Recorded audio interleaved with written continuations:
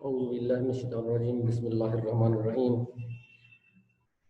عزیز طلباء و طالبات، یہ آن لائن کلاسز کے ہمارے سلسلے کی علم بیان و بدیع و عروض کی پہلی کلاس ہے۔ امید کرتا ہوں کہ آپ اس سے اسی طرح مستفید ہوں گے جس طرح ریگولر کلاسز سے مستفید ہوتے رہے ہیں۔ ظاہر ہے اس میں کچھ مجبوریاں ہیں، حد بندیاں ہیں، تو میں کوشش کروں گا کہ اس میں آپ کو زیادہ سے زیادہ سہولت دوں اور اسکرین شیئر کا آپشن اس میں ہے، اس کو استعمال کرتے ہوئے آپ کو یہیں سے پڑھاؤں۔ تو چونکہ وسط مدتی امتحان نہیں ہے، اس لیے ہم وسط مدتی امتحان سے پہلے یعنی مڈ ٹرم سے پہلے جو کورس پڑھ چکے تھے اسی کو آگے ہم جاری رکھتے ہیں، اس دہراتے نہیں ہیں۔ ہم نے مڈ ٹرم سے پہلے علم بیان کا حصہ مکمل کیا تھا اور اس کے بعد ہم علم بدیع کی طرف آتے ہیں۔ عزیز طلبہ، علم بیان ہو یا علم بدیع، یہ علوم بلاغت میں سے ہیں۔ یہ انسان کو سکھاتے ہیں کہ انسان کس طرح تحریری یا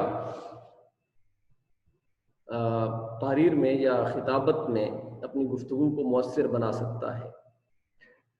اور اس سے پہلے کہ ہم براہ راست علم بدیع کی تعریف کی طرف آئیں، ہم ایک نظر فصاحت اور بلاغت کی اصطلاحات پہ ڈال لیتے ہیں۔ کلام کی فصاحت سے مراد یہ ہے کہ کلام میں لفظی عیب نہ ہو۔ لفظی عیب کس قسم کے ہوتے ہیں؟ ظاہر ہے کچھ عام فہم ہیں، جس طرح گرامر کی غلطیاں ہیں، تلفظ کی غلطیاں ہیں، اور کچھ اس سے بڑھ کر بھی ہیں۔ تو ہم فصاحت کی تعریف اس طرح کرتے ہیں کہ جب کوئی کلام اہل زبان کے روزمرہ کے مطابق ہو، اس میں تاکید یا کوئی دوسرا لفظی عیب نہ پایا جائے، اور اس میں ثقیل اور بھاری الفاظ جو کانوں کو گراں معلوم ہوتے ہیں اور ذوق پر بار محسوس ہوتے ہیں وہ نہ پائے جائیں، تو کلام کے اس وصف کو فصاحت کہتے ہیں، اور ایسے کلام کو ہم فصیح کہتے ہیں۔ لیکن کلام کے مؤثر ہونے کے لیے کہ وہ سننے والے پر، پڑھنے والے پر اثر بھی کرے، صرف کلام کا فصیح ہونا ضروری نہیں ہے، بلکہ اس کے لیے ایک اور خوبی ضروری ہے، اور وہ ہے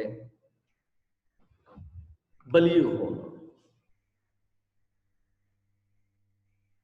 بلاغت کیا ہے؟ یہ فصاحت سے کچھ بڑھ کر ہے۔ ہم اس کو کی تعریف یوں کرتے ہیں کہ وہ کلام جو فصیح ہو اور اقتضائے حال کے مطابق ہو، یعنی موقع محل کے مطابق ہو، اس کو ہم بلیغ کہتے ہیں۔ تو بلیغ ہونے کے لیے فصیح ہونا ایک پری ریکویزٹ ہے۔ ظاہر ہے جس کلام میں لفظی عیب ہوں گے، تلفظ کی خامیاں ہوں گی، تو وہ بلیغ بھی نہیں ہو سکتا۔ تو کلام کے فصیح بلیغ ہونے کے لیے ضروری ہے کہ وہ فصیح بھی ہو۔ بلیغ کا لفظ بلغ سے نکلا ہے، جس کے معنی ہے پہنچانا۔ اسی سے لفظ تبلیغ بھی ہے، یعنی دوسرے تک پہنچانا۔ ظاہر ہے اگر یہ کلام فصیح نہیں ہوگا تو یہ بلیغ بھی نہیں ہو سکتا۔ اقتضائے حال کی سیدھی سادی تعریف یہ ہے کہ جیسا موقع ہے، جیسا محل ہے، اس کے مطابق کلام ہو۔ مثلا اگر کوئی ڈرامہ لکھا جا رہا ہے، پلے ہے، اس میں کردار اگر بچہ ہے تو اس کے منہ سے بزرگوں والی بات کہلوانا یہ بلاغت کے خلاف ہوگا۔ اسی طرح اس کے برعکس ہے، خوشی کے موقع پر غمی کے جملے یا غمی کے موقع پر خوشی کے جملے یہ بھی بلاغت کو برباد کر دیں گے۔ تو کلام کے بلیغ ہونے میں جو علم ہمیں کام آتے ہیں وہ بیان و بدیع ہیں۔ علم بیان آپ پڑھ چکے ہیں کہ ایک ہی کلام کو ہم کس طرح الفاظ بدل کر زیادہ مؤثر انداز میں استعمال کرتے ہیں۔ اب اس کے بعد ہے علم بدیع۔ علم بدیع ایسا علم ہے جو اس کلام کو جو فصیح بھی ہے بلیغ بھی ہے اس کی بلاغت میں اضافہ کر دیتا ہے۔ وہ علم بیان کی خوبیوں سے بھی مزین ہے، اس لیے بیان، تشبیہ، استعارہ، مجاز مرسل اور کنایہ یہ خوبیاں بھی ہیں۔ اس میں کون سی اور اضافی خوبیاں پیدا کی جائیں کہ وہ کلام زیادہ فصیح و بلیغ ہو جائے، اس کے لیے جو علم ہمیں کام آتا ہے وہ علم بدیع ہے۔ بدیع کے اگر ہم لغوی معنی پہ غور کریں تو یہ لفظ بادع یبدأ کے باب سے نکلا ہے، جس کے معنی ہیں بنانا، ایجاد کرنا، نئی چیز ایجاد کرنا۔ ابدا عربی میں کہتے ہیں نئی چیز ایجاد کرنے کو، اور اسی طرح یہ لفظ جو بدعت ہے یہ بھی اسی باب سے ہے، یہ بھی دین میں کوئی نئی چیز داخل کرنا جس کی اصل پہلے سے موجود نہ ہو، وہ بدعت کہلاتی ہے۔ تو علم بدیع ایسا علم ہے جس میں ہم نئے نئے ٹرکس سے کام لیتے ہیں، نئی نئی صنعتوں سے کام لیتے ہیں جو پہلے سے موجود فصیح و بلیغ کلام کو اور بلیغ کر دیتا ہے۔ اس لیے علم بدیع کی مثال ایسے ہے جیسے کوئی شخص خوبصورت ہو اور وہ کپڑے اور بھی خوبصورت پہن لے، میچنگ پہن لے، تو اس کی خوبصورتی میں اضافہ ہو جاتا ہے، لیکن اس کو خوبصورت ہونا چاہیے۔ اگر وہ نہیں ہے تو پھر بجائے اس کے کہ اس کی خوبصورتی میں اضافہ ہو، وہی چیز اس کی بدصورتی کو اور نمایاں کر دیتی ہے۔ جس طرح عربی کا ابو نواس کا شعر ہے، ابو نواس جو ہارون رشید کا درباری شاعر تھا، وہ ایک دفعہ ہارون کے ہاں پہنچا اور قصیدہ لکھ کے پہنچا، تو وہاں ایک کنیز موجود تھی۔ ہارون اس سے باتوں میں لگا ہوا تھا، تو اس کی قصیدے کی طرف توجہ نہ ہو پائی، تو اس کی حجم میں، اس کنیز کے حجم میں جو ہے وہ اس نے ایک شعر لکھا، اور یہ شعر کوئلے سے ہارون رشید کے دروازے پر لکھ کر چلتا بنا۔ عربی کا شعر ہے، میں لکھتا ہوں۔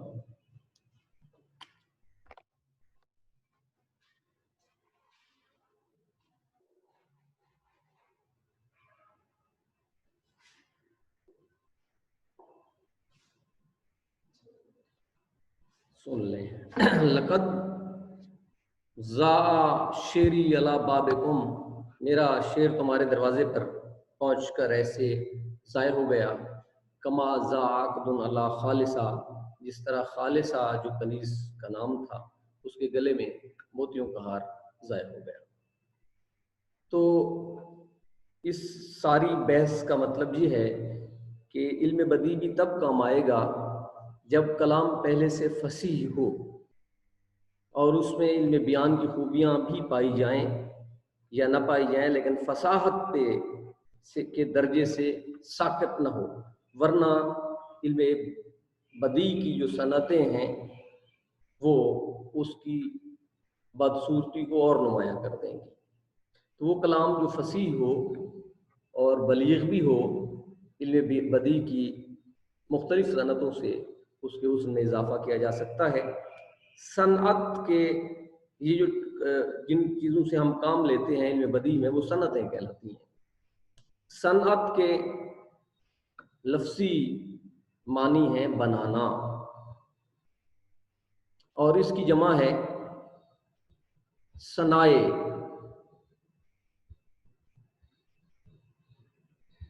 میں یہ لکھ کے دکھاتا ہوں آپ کو۔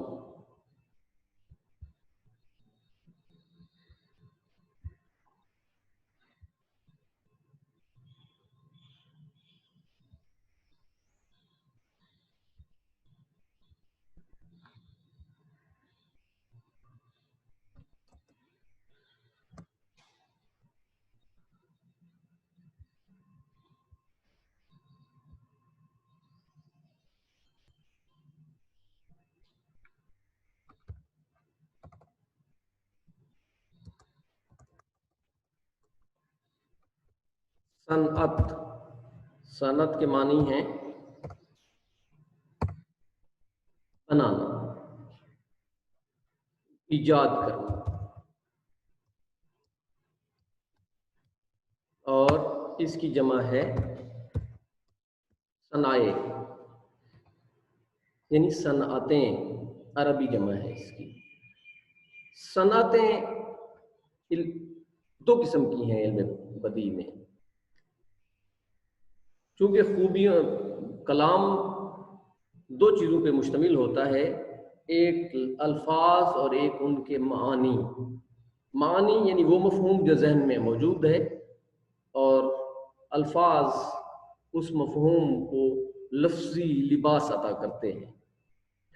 تو چونکہ مفہوم ذہن میں پہلے سے موجود ہوتا ہے، اس لیے ہم ان کو اب پہلے پڑھیں گے۔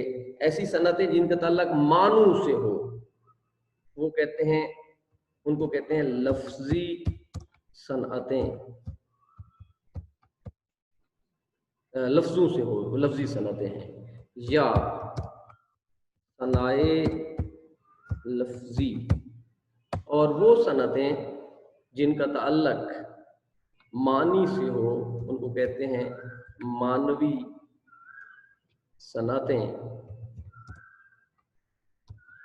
یا معنوی صنائع۔ تو اس طرح علم بدیع دو حصوں میں تقسیم ہو جاتا ہے، صنائع لفظی کی بحث اور صنائع معنوی کی بحث۔ صنائع لفظی وہ صنعتیں ہیں جو لفظوں کی خوبصورتی میں اضافہ کرتی ہیں، اور صنائع معنوی وہ صنعتیں ہیں جو معنوں کی خوبصورتی میں اضافہ کرتی ہیں۔ عموماً علم بدیع میں صنائع لفظی کو پر پہلے بحث کی جاتی ہے، لیکن چونکہ مفہوم ذہن میں پہلے آتا ہے اور اس کے لیے الفاظ کا چناؤ ذہن بعد میں کرتا ہے، اس لیے ہم صنائع معنوی کو پر پہلے بحث کرتے ہیں۔ صنائع معنوی یعنی وہ صنعتیں جن کا تعلق معنوں سے ہے، جو مفہوم کی خوبصورتی میں اضافہ کرتی ہیں۔ ان میں سے آپ کے کورس میں کچھ شامل ہیں جو میں دکھا دیتا ہوں آپ کو۔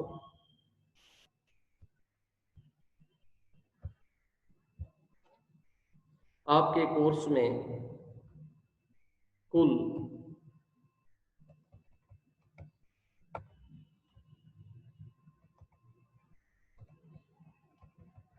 یہ علم بدیع کا کورس ہے آپ کا۔ اس میں مراعات النظیر، حسن تعلیل، ایہام، لف و نشر، یہ 4 ہو گئے، تلمیح، ترسیب، تجنیس اور تضاد، یہ 4۔ کل 8 صنعتیں آپ نے پڑھنی ہیں، آپ کے کورس میں ہیں۔ ہم صنائع معنوی سے شروع کرتے ہیں، اور صنائع معنوی میں سب سے پہلے ہم لیتے ہیں تضاد۔ یہاں دیکھ لیں، آپ کے ہاں آپ کے پاس بھی یہ نوٹس ہوں گے، اگر آپ اپنی اسکرین پہ دیکھ سکتے ہیں تو بڑا کر کے دکھاتا ہوں آپ کو۔ علم بدیع کی تعریف اس نے یہ کی ہے کہ علم بیان کے قاعدے جان لینے سے تقریر اور تحریر کو مؤثر بنایا جا سکتا ہے، اور علم بدیع کے ذریعے کلام میں خوبصورتی اور دل آویزی پیدا ہوتی ہے، مزید خوبصورتی۔ کلام میں دلکشی اور رنگینی پیدا کرنے کے مختلف طریقوں کو صنائع کہتے ہیں، جو صنعت کی جمع ہے۔ صنائع کے ساتھ بدائع بھی لکھا جاتا ہے، صنائع بدائع۔ بدائع بدعت کی جمع ہے، جس کے معنی ہے نئی چیز، تو یہ لفظ اکٹھا بولا جاتا ہے، بدائع اور صنائع و بدائع۔ گویا علم بدیع وہ علم ہے جس سے کلام کی خوبیوں سے بحث کی جاتی ہے۔ دو طرح کی ہیں، صنائع لفظی اور صنائع معنوی۔ اب معنوی خوبیوں میں ہم سب سے پہلے لیتے ہیں تضاد کو۔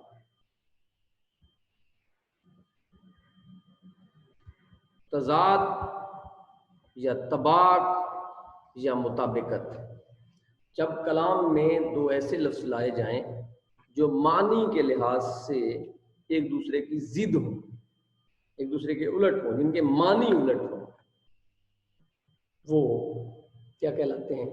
انہیں متضاد کہتے ہیں ہم عام طور پر۔ اور کلام میں متضاد الفاظ کو لے آنا ایک ہی مصرے میں یا ایک ہی شعر میں، یہ صنعت تضاد ہے۔ جس طرح دن اور رات، صبح ہوتی ہے، شام ہوتی ہے، عمر یوں ہی تمام ہوتی ہے، اس شعر میں صنعت تضاد کا استعمال ہوا ہے۔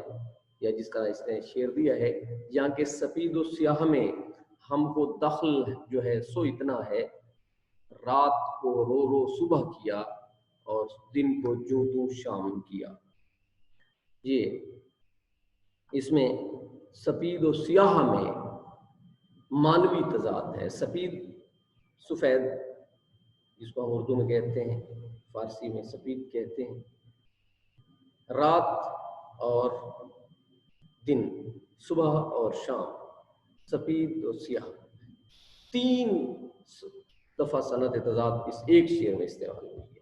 جس طرح اس نے اور مثالیں بھی دی ہیں، یہاں آپ پڑھ سکتے ہیں۔ جو آ کے نہ جائے وہ بڑھاپا دیکھا، جو جا کے نہ آئے وہ جوانی دیکھی۔ آ کے نہ جائے، آ کے اور جا کے، آنا اور جانا، ان میں تضاد ہے۔ بڑھاپے اور جوانی میں تضاد، آ کے اور جا کے، یہ ایک جوڑا ہو گیا۔ جائے اور آئے یہ دوسرا، اور بڑھاپا اور جوانی تیسرا۔ یہاں بھی تین صنعتیں، تینوں تضاد استعمال ہوئی۔ اسی طرح ستم کو ہم کرم سمجھے، جفا کو ہم وفا سمجھے۔ ستم اور کرم ایک دوسرے کے متضاد ہیں، جفا اور وفا متضاد ہیں۔ مجھے خندے گل پہ آتا ہے رونا، اس طرح ہنسنے کی خو تھی کسی کی۔ خندے گل، یہ اس نے دے تو دیا ہے صنعت تضاد میں، اس کو ہم پھر ایہام تضاد میں پڑھیں گے، یہ صنعت تضاد کی ہو۔ یا آگے، چراغ خانہ درویش ہوں میں، ادھر جلتا ادھر بجھتا رہا ہوں۔ جلنا ادھر اور ادھر میں تضاد ہے، اور جلنا اور بجھنا ان میں تضاد ہے۔ اسی طرح خدا پنہا ہے عالم آشکارا، نہاں ہے گنج ویرانہ آیا ہے۔ یعنی خدا پنہا ہے، پوشیدہ ہے، چھپا ہوا ہے، اور عالم یعنی دنیا آشکارا سامنے ہے۔ پنہا اور آشکارا یہ دوسرے کے متضاد ہیں۔ نہاں کے معنی بھی خفتہ، چھپا ہوا۔ نہاں ہے گنج، گنج خزانے کو کہتے ہیں، خزانہ چھپا ہوا ہے، اور ویرانہ آیا ہے۔ گنج اور ویرانہ، نہاں اور عیاں میں یہاں تضاد ہے۔ میری قدر کر رہے زمین سخن، تجھے بات میں آسمان کر دیا۔ یہ شعر مصرع یہاں غلط ہے میر انیس کا۔ زمین اور آسمان میں تضاد ہے۔ عمل سے زندگی بنتی ہے، جنت بھی جہنم بھی، یہ خاکی اپنی فطرت میں نہ نوری ہے نہ ناری ہے۔ یہ بھی، ان میں بھی جنت اور جہنم میں تضاد ہے۔ نوری اور ناری میں، ہوئے تم دوست جس کے اس کا دشمن آسمان کیوں ہو۔ یہ غالب کا مصرع ہے۔ دوست اور دشمن میں تضاد ہے۔ نہ مرنے کا غم ہے نہ جینے کی شادی، یہ بھی انہی کا ہے۔ مرنے اور جینے میں تضاد ہے، غم اور شادی میں تضاد ہے۔ اس کے اور نام بھی ہیں،